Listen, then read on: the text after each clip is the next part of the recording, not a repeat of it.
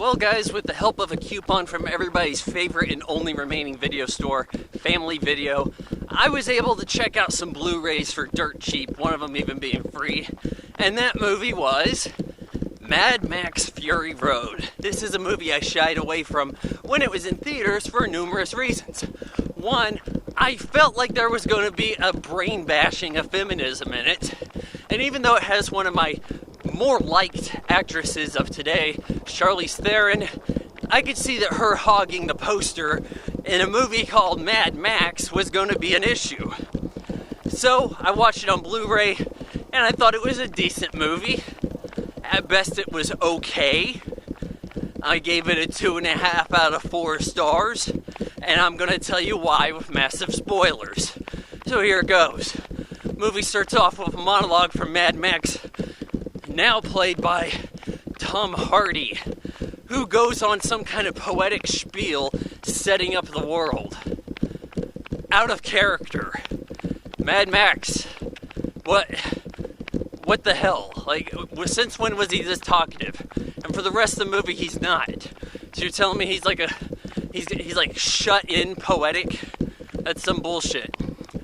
So he's pissing away, eats a 2-headed lizard, and then gets chased off by some guys.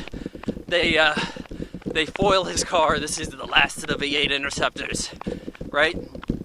And capture him. As he's captured, he's being branded. They look at his blood type. They say, hey, he's a universal donor. And he's making an escape from them. And he has these flashbacks. And I'm thinking, what the hell are these flashbacks? There's like some girl complaining, oh, you said you were going to save us? I'm like, when did this shit happen? The marketing told you, oh, it's not really a reboot. Yeah, it's a sequel, but it takes place right before The Road Warrior. So you get some more Mad Max stories. That's what they wanted you to think, guys. And they fooled you. As soon as you start seeing these flashbacks, you gotta be thinking, oh boy, this is really a reboot, isn't it? So, this crap goes down, and we have him trying to escape, not being able to. We see the guy who leads these group. I guess they're called the War Boys. His name's Immortan Joe. That's what it says in the credits. As much as I got from it, it said Joe. I heard Joe somewhere. So anyways, he's the king of the situation. And he's over there directing some kind of crowd. He's like giving out water and rations. There's all these underlings below this rock wall. And Joe, man, I got people coming over here. So Joe gives them some of the water, and then Charlize Theron kind of shows up, and she is Imperator Furiosa. And I liked her character, but I thought there were some issues here. She makes her escape, and she is leading this convoy. And in the convoy are some of these war boys. And I got family over here, gonna have to tread off to the off-road. So in the quest to get more fuel, I suppose, she's heading to this place, Gastown, I think. I swear they call it Gastown. And throughout these movies, mind you, these are Australian films, or at least they originally were. They were calling it petrol, if you remember, right? Didn't hear petrol once in this movie. That's key later. So, alright, got some kids out of my way. That's good. We continue, and she's going off course. And some of the guys with her are picking up on this. Hey, boss, where are we going? Oh, we got a new route, that's all. Well, she's making a getaway. And in the fuel canister she has is actually these gals. So it's like, oh, they substituted fuel for hot chicks. Yay, feminism, I love it. Right? So that's what the guy's after. Oh, she ran off with my wives. That's the story. So Joe has all his war boys go in. They're gearing up. And you got this guy, I think his name's Nux. They might have said his name once or twice. I hardly picked up on it. You find it on the credits, really. He's Beast from X-Men, the newer stuff. I think he's the guy that Jennifer Lawrence was sexting. So, yeah, he's like, okay, I'm a little bit banged up, but you bring my blood bag with me. That would be Mad Max, and I'm good to go. So he gets in on the chase, and you have a pretty good chase here. There are scenes accented with CGI, and I didn't care for that. Everybody's saying, oh, it's real cars.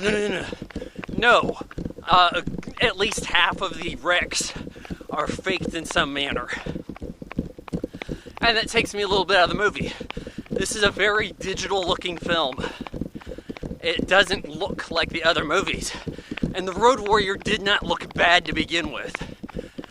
Thunderdome looks pretty damn good. You know, why couldn't we try to keep them looking the same? So yeah, this sticks out like a sore thumb.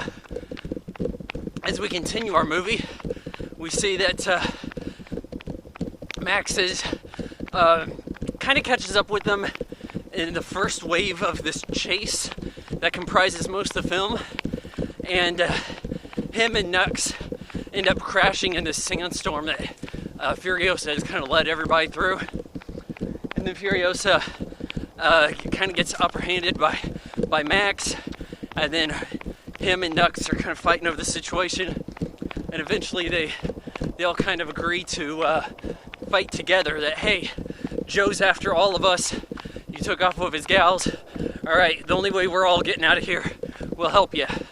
And we're going to go to, what, green pastures or some shit? The green land? It almost sounds like they're looking for land in the way Waterworld was. And Waterworld was a ripoff of the Road Warrior. So, we get to another leg of our adventure. We have more guys chasing them. It's nice seeing these, like, spike-infused cars. Like, you have these different gangs. You got a dirt bike clan, this stuff, but some of it's overkill. It's like, let's put a Volkswagen body on top of this other vehicle, this truck, for the hell of it. It doesn't add anything. It's just overdone. The editing was overdone too. The editing in this film reminded me of Pirates of the Caribbean. Not particularly the first one, but when they got crazy. And this got best editing, really. I'll tell you how this got Oscars in a minute. So, eventually, they go through this dark area, this swamp. And this is where the movie really starts to go to hell. Whenever the chase isn't on, it's the most boring shit I've ever seen. I dozed off at one bit because I thought I missed something, backtracked, and no, I kid you not. There's some guys chasing him, and Max is like, hey, I'm gonna go take care of this. Everybody's fiddling around doing nothing. Then you hear an explosion, and eventually, through dissolve and shit, because just a lot of time goes by, you see him come walking back with a lot of supplies. You know, it's kind of weird watching a movie called Mad Max and it doesn't have Mad Max doing badass stuff. Is he only allowed to help when Furiosa's there to witness it? Yeah, there's this motif about witness me. This guy Joe has all these war boys like in his cult. As they're going to kamikaze themselves, they say, witness me. Then they blow something up and everybody goes, mediocre. Well, that's what Mad Max is. He's not angry. He's a witness. Yeah, there were times where it seemed like he did something kind of vital. But what does he add to the movie that couldn't be done between Furiosa and Nux? This would have been a perfectly fine movie if it was called Furiosa and dealt with her story instead of Max being the witness to it. So this whole scene in the swamp looks like total shite. It's day for night shot, dressed up all blue, like they think they're doing late 80s James Cameron wrong with color correction. It looks terrible. We get out of this, it's daytime. They find the green land they were looking for, actually this women's tribe. The women say, oh hey, we're brave warriors, no men are around here. Feminism, preach. And that you already passed the green stuff, that was the swamp. Yeah, shit got bad. What do you know? What do you know? You're a little girl, you get kidnapped, taken to this Joe guy, and shit's not the way it was when you got kidnapped. You don't think maybe they've ruined everything? Like in The Lion King? Give me a break. So, they say, okay, what's our way out of here? We go back to the Citadel. That cliff dwelling with the water supply. We're gonna kill everybody and then get over there and, recapture it, whatever. Okay, so everybody's on board with this plan. The bad guys catch up. And I'm going to introduce a little bit of film theory here. I don't think anybody else has really covered this. I am coining this the disillusion of numbers. Okay, folks? The war boys are so plentiful, and for the most part, faceless and unrecognizable. They probably use the same CGI models in all the crashes. They're not frightening, okay? Like, you assume that our heroes are going to have no trouble pushing through these guys because it's the big bads that are going to be doing everything. Same shit with all those aliens in Avengers. Superheroes versus nobodies. Not too exciting. By this point in the film, I'm getting pretty bored with it.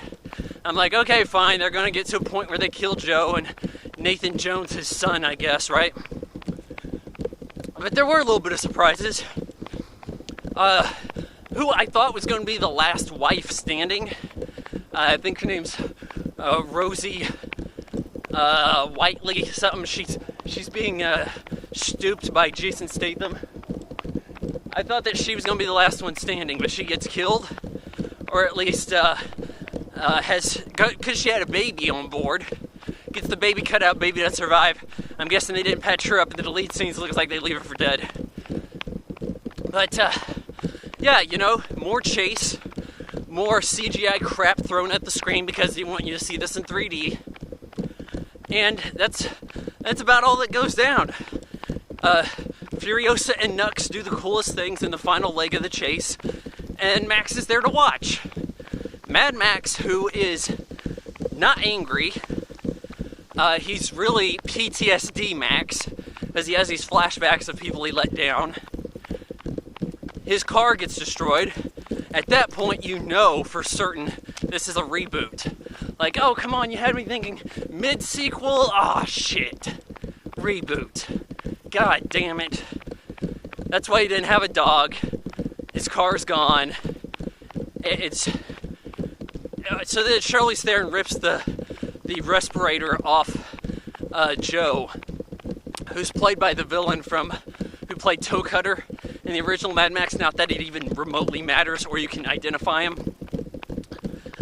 And they return with the girls that are remaining, and the Citadel lets them up, and I guess they're going to take over, and Mad Max just kind of takes off.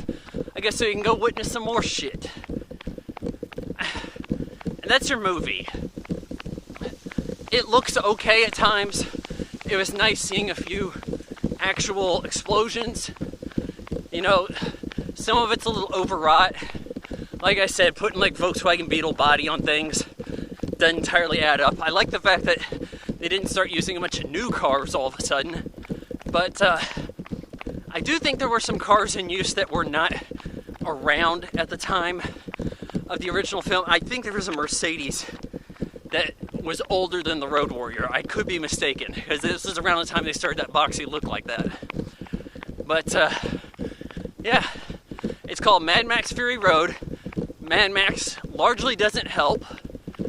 It's Furiosa and Nux doing stuff. That's cool. And on top of that, where the hell's Fury Road anyways? Like, was that the path to Gastown? Yeah, so they call it Gastown, right? Instead of petrol. How come almost nobody in this film sounds Australian?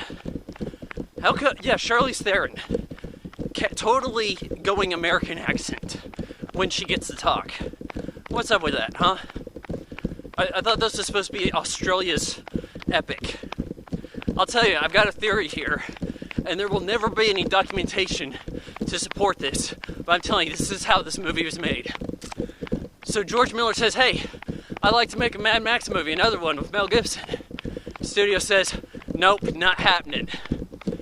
Then, a few years later, they say, hey, you know, this feminism shit's really selling, girls kicking ass stuff. We're gonna make a Mad Max movie with a female lead, and you can't have Mel Gibson in it. You know, we'd really like to do this with you, but we will do this without you. So we're gonna find somebody else to play Mad Max, and he's gonna just kind of be watching the movie. And George Miller said, well, this is my baby, and you're stealing it out from under me, because that is the industry. But, you know, I would rather be doing this than nothing. And hell, you know, they probably gave him the Burke from Aliens talk. If you're smart, we can come out this winner, right? So he's like, okay, fine, I'll direct it. The movie wins 6 Oscars. Because this movie, being Mel Gibson's first real set of films, you know, this was his franchise. Every big star has their franchise. Mel Gibson has Mad Max and Lethal Weapon.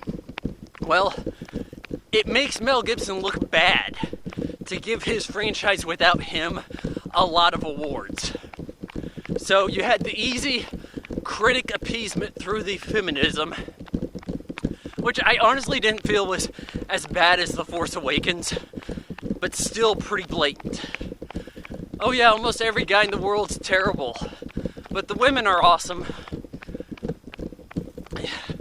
6 Oscars because it makes Mel Gibson look bad. Mad Max Fury Road 2.5